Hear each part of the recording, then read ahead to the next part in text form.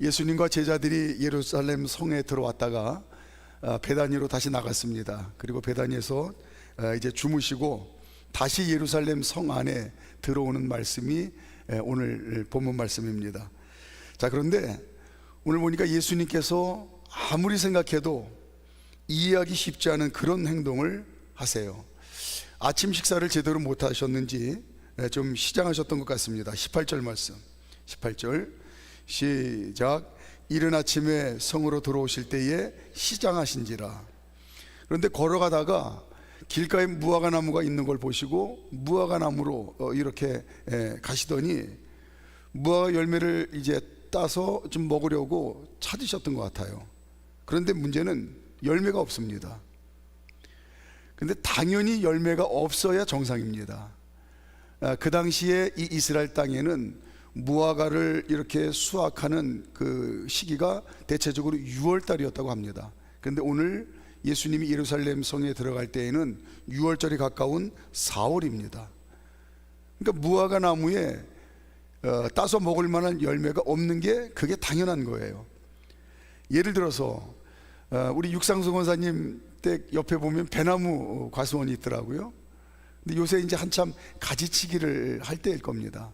근데 제가 지나가다가 그 배나무 과수원을 이렇게 보니까 주인이 사람들하고 가지치기를 하고 있어요. 그래서 제가 주인장, 제가 지금 배가 고프고 목이 말라서 그러는데 지금 과수원에 들어가서 배 몇 개 따먹어도 괜찮을까요? 이렇게 제가 묻는다고 한다면 그 당연히 농담인 줄 알고, 아이고 그러지 말고 과수원에 들어가서 배 있는 거 몽땅 다 따가지고 가시오, 이러고 기분 좋게 농담으로 받아줄 겁니다.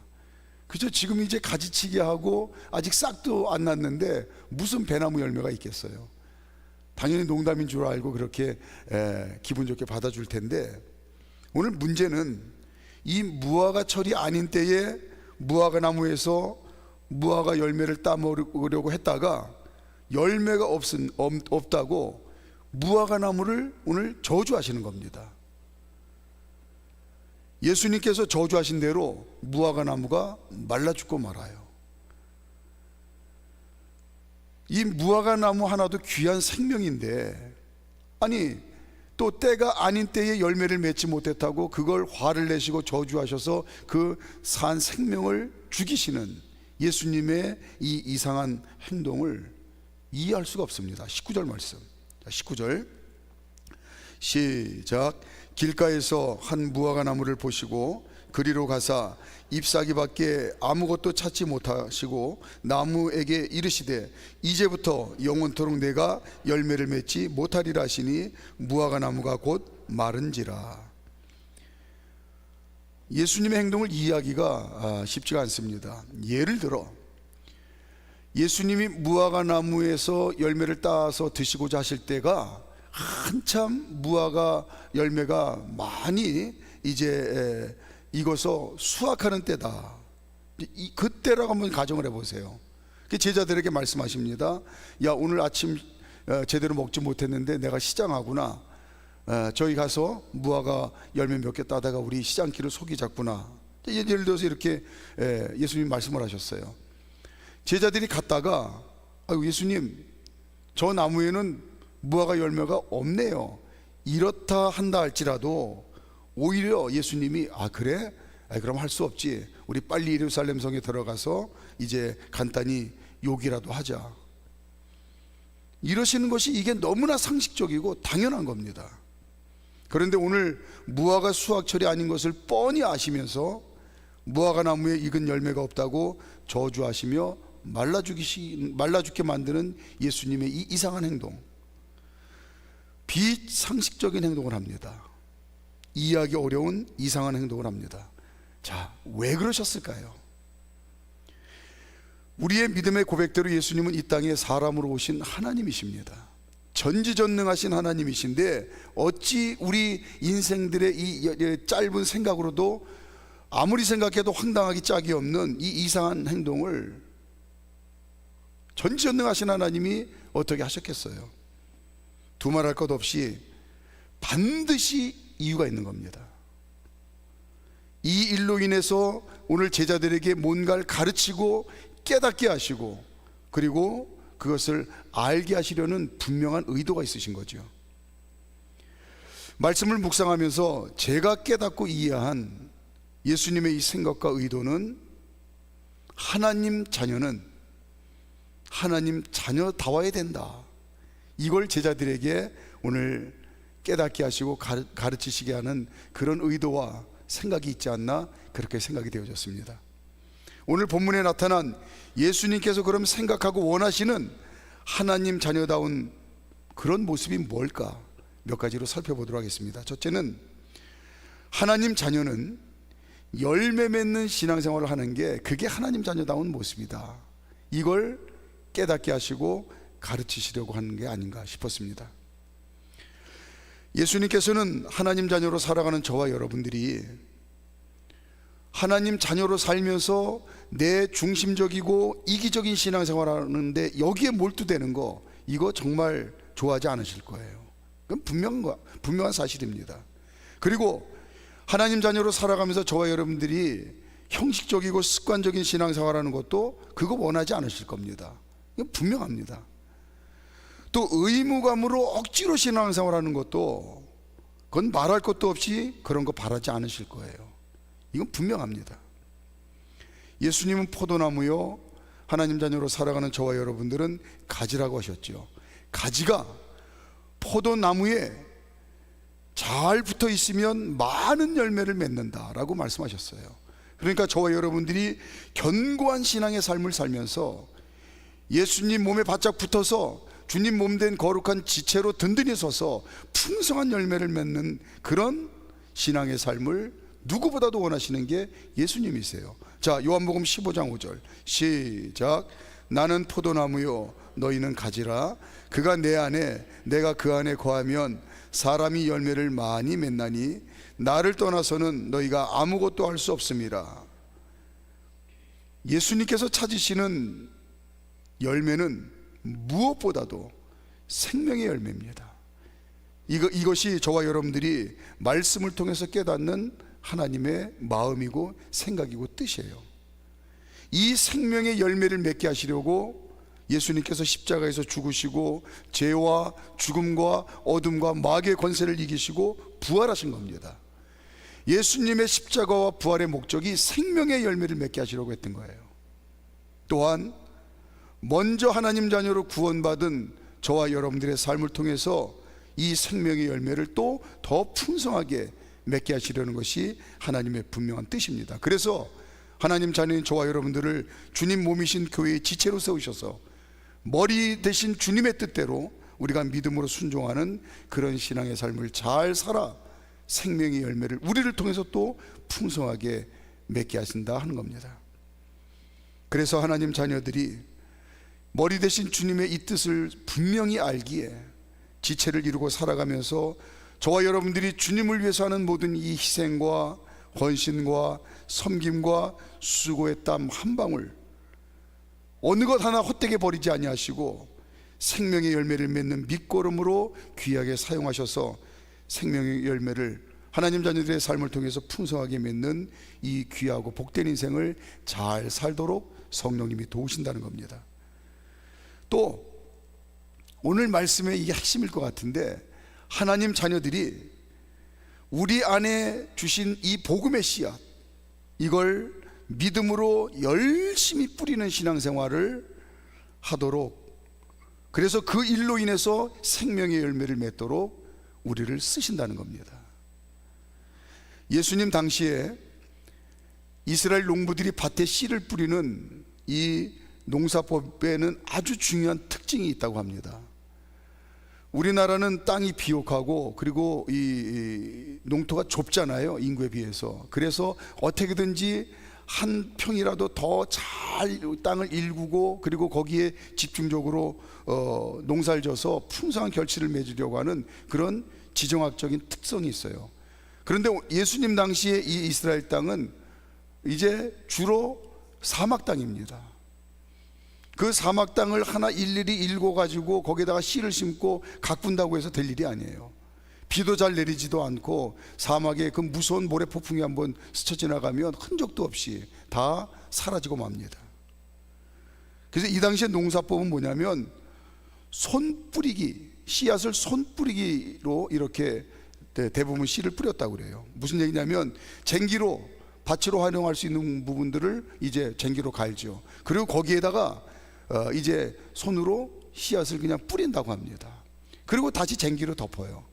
그러다 보니까 어떤 씨앗은 길가에 떨어질 수도 있고, 어떤 씨앗은 뭐 갈고 덮었는데 떨어진 게 보니까 위에 살짝 흙만 덮였지 거기가 돌밭이에요.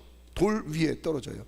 어떤 곳은 가시덤불에 떨어지고, 어떤 곳은 정말 뿌리 내려서 열매 맺을 만한 좋은 그런 땅에 떨어지는 겁니다. 길가에 떨어진 씨앗은 우리가 알다시피 뭐 새가 금방 와서 쪼아 먹어서 헛일이에요. 또 돌밭에 있는 씨앗도 뭐 싹이 나는가 싶더니 해가 돋으면 말라 죽고 맙니다. 가시덤불에 떨어진 씨앗은 조금 자라서 열매 맺을 것 같은데 다 영양분을 빼앗기고 그냥 열매 맺지 못하고 시들어 버리고 맙니다. 그나마 좋은 땅에 떨어진 씨앗만 열매를 맺는다는 거예요.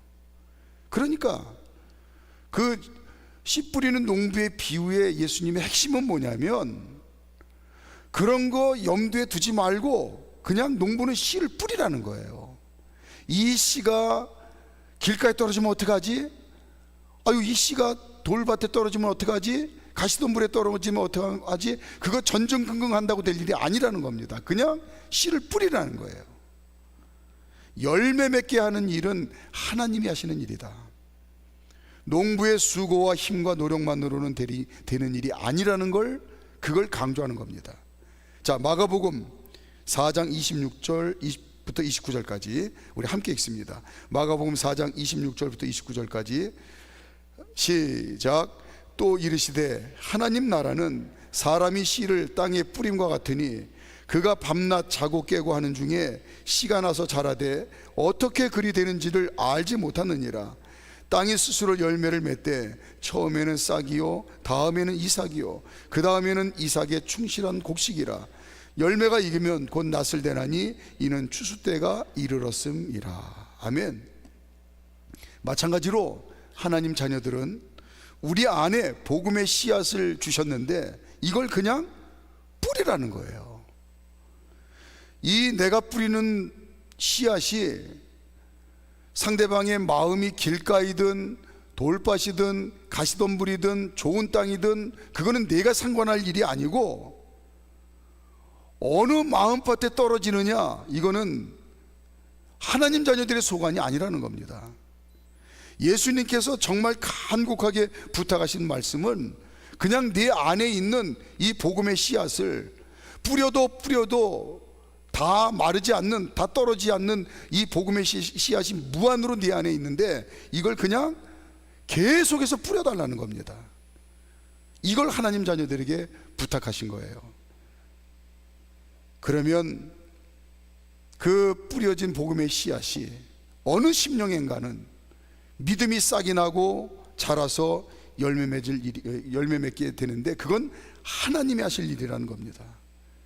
오늘 중요한 걸 우리가 하나 붙들었으면 좋겠어요. 예수님의 이 심정을, 마음을 안다고 한다면 복음의 씨앗을 뿌릴 때에는 하나님 자녀가 절대로 심각해서는 안 되겠다.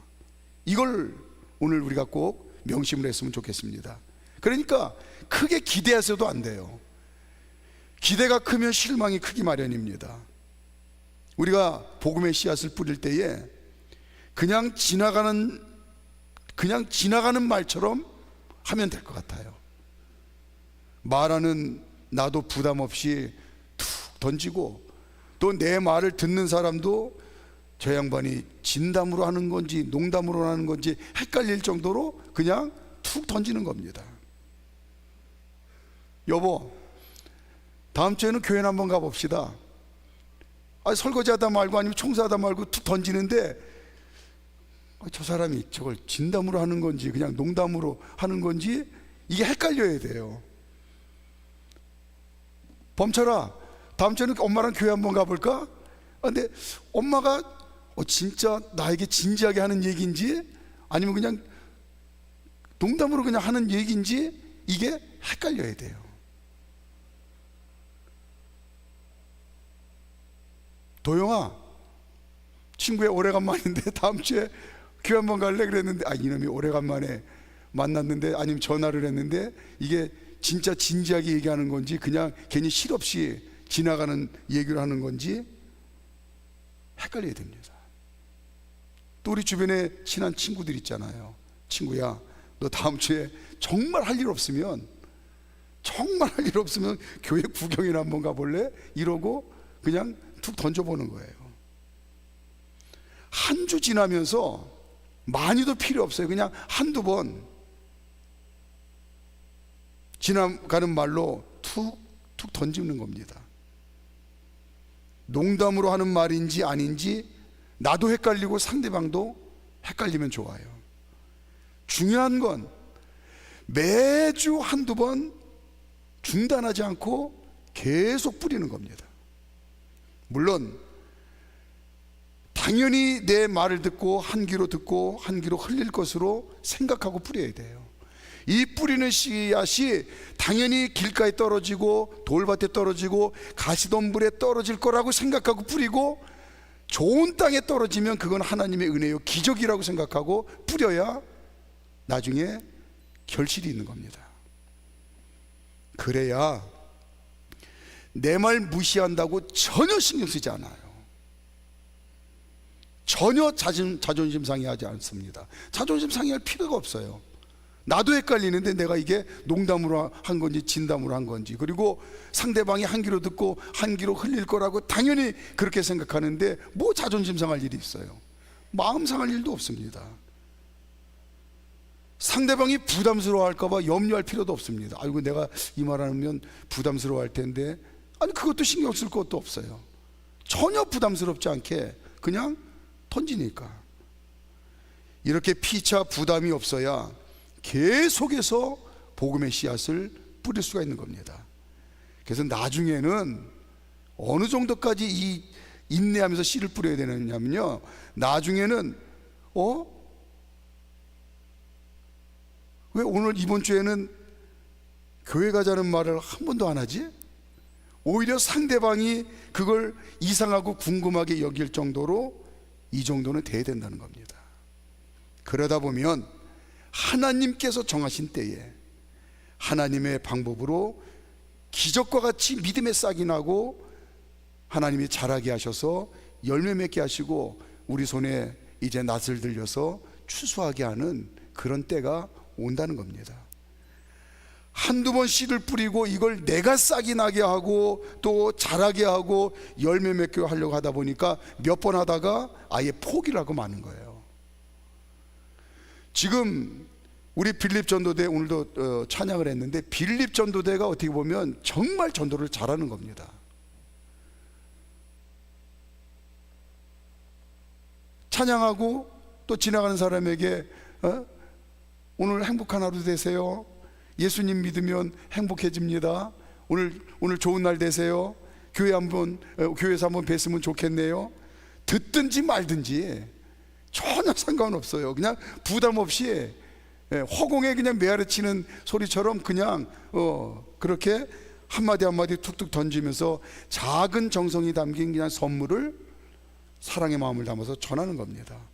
이 복음의 씨앗을 뿌리는 믿음의 행위가 중요한 거예요.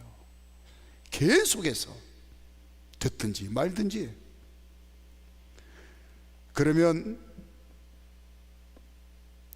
당연히 길가에 떨어진 씨앗이 될 거고 새가 쪼아먹어서 헛수고가 될 겁니다. 돌밭에 떨어져서 싹이 나다가 말라버리고 말 거예요. 헛수고입니다. 가시덤불에 떨어져서 결국 열매 맺지 못하고 헛수고입니다. 그러나 어떤 씨앗은 반드시 좋은 땅에 떨어져서 열매를 맺는다는 겁니다.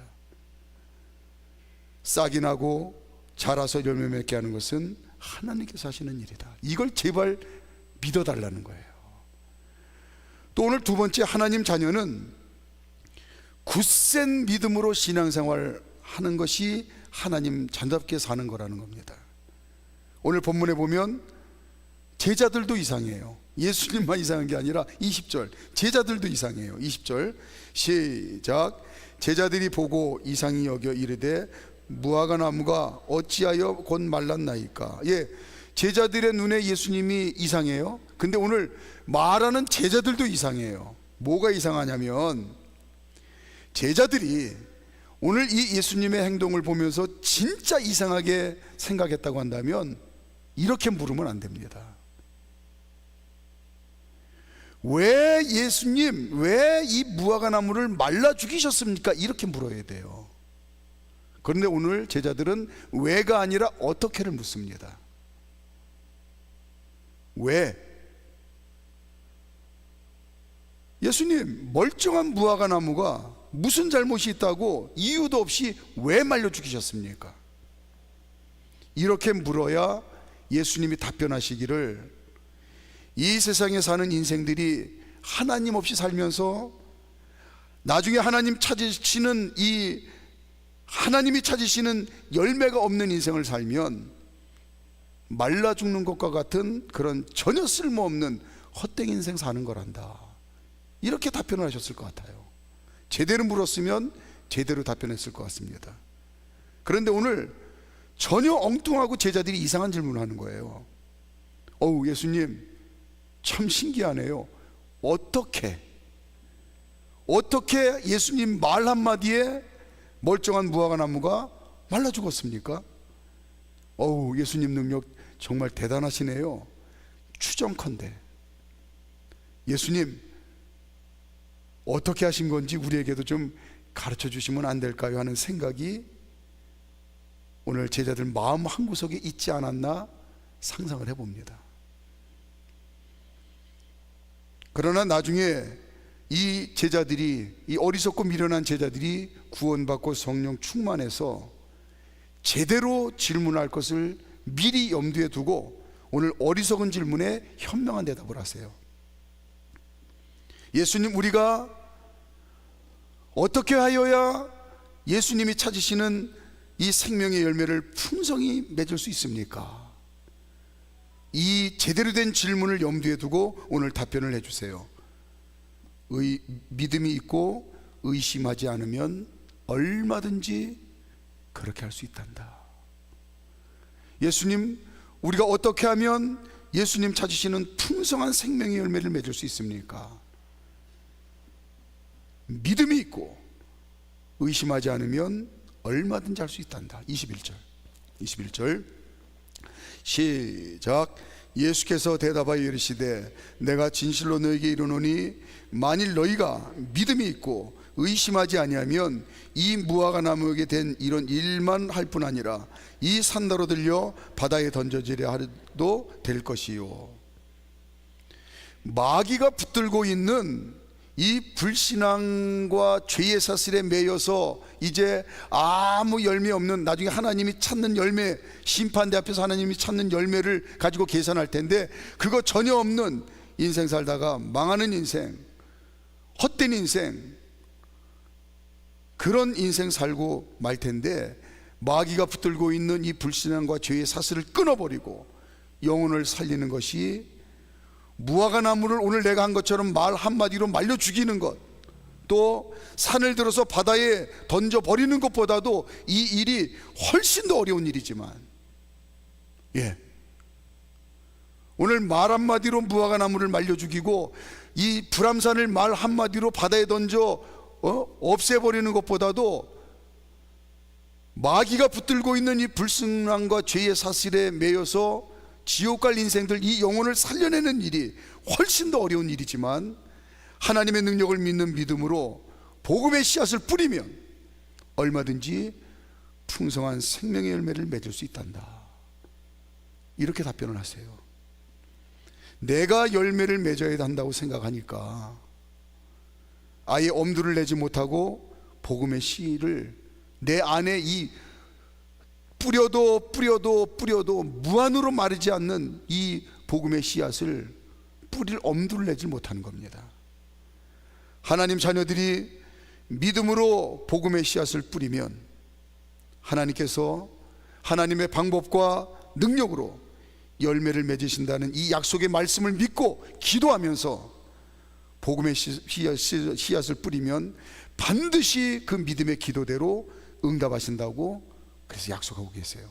23절. 자, 찬양단 찬양 준비하시고요. 23절. 죄송합니다. 22절. 시작. 너희가 기도할 때에 무엇이든지 믿고 구하는 것은 다 받으리라 하시니라. 22절 다시 한번 읽어볼까요? 시작. 너희가 기도할 때에 무엇이든지 믿고 구하는 것은 다 받으리라 하시니라. 아멘. 예, 오늘 또 귀한 시간 내셔서 기도하러 오셨는데, 여러분들 많은 기도의 제목을 오늘 가지고 간절히 기도하시고, 오늘 이 기도 하나 더 하셨으면 좋겠습니다. 제 안에 이 무한한 복음의 씨앗을 뿌렸는데 오늘 한 가지 중요한 사실을 깨달았습니다. 그냥 뿌리겠습니다. 열매 맺는 건 하나님의 능력인 줄 알고 뿌리겠습니다. 이 결단의 기도를 하고 또 그렇게 우리의 삶 가운데 실천하는, 말씀이 능력으로 나타나는 그런 기도 꼭 하시면 좋겠습니다. 미련하고 연약한 나 자신을 바라보면 도저히 열매 맺는 신앙생활을 어떻게 열매를 맺는 신앙생활을 할 수 있을까? 이런 의구심이 듭니다. 그런데 몸 대신 주님께 붙어 있으면 주님의 선한 능력으로 우리가 알게 모르게 꾸준히 뿌려진 삶의 씨앗들에 싹이 나고 열매가 맺히게 하는 분은 여호와인 줄 믿습니다. 그 주님이 우리의 아버지세요. 우리는 하나님의 자녀입니다. 그 하나님의 자녀, 열매 맺는 삶을 살게 되는 줄 믿습니다. 그런가 하면 맡기고 온전히 신뢰하는 하나님에 대한 나의 믿음의 정도는 어떤가, 오늘 돌아보는 시간이 되었으면 좋겠습니다. 내 머리는 도저히 안 되는 일이에요. 내 계산으로는 도저히 안 되는 일이에요.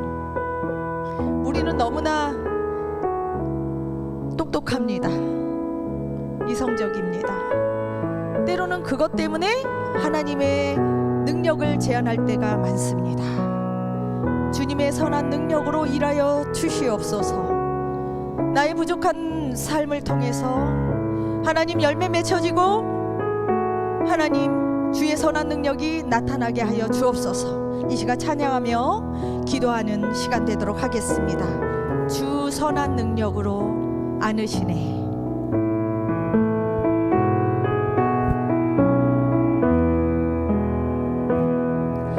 주 선한 능력으로 안으시니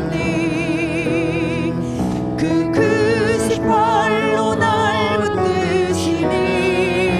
아멘. 절망 속에도 흔들리지 않고 사랑하는 주 얼굴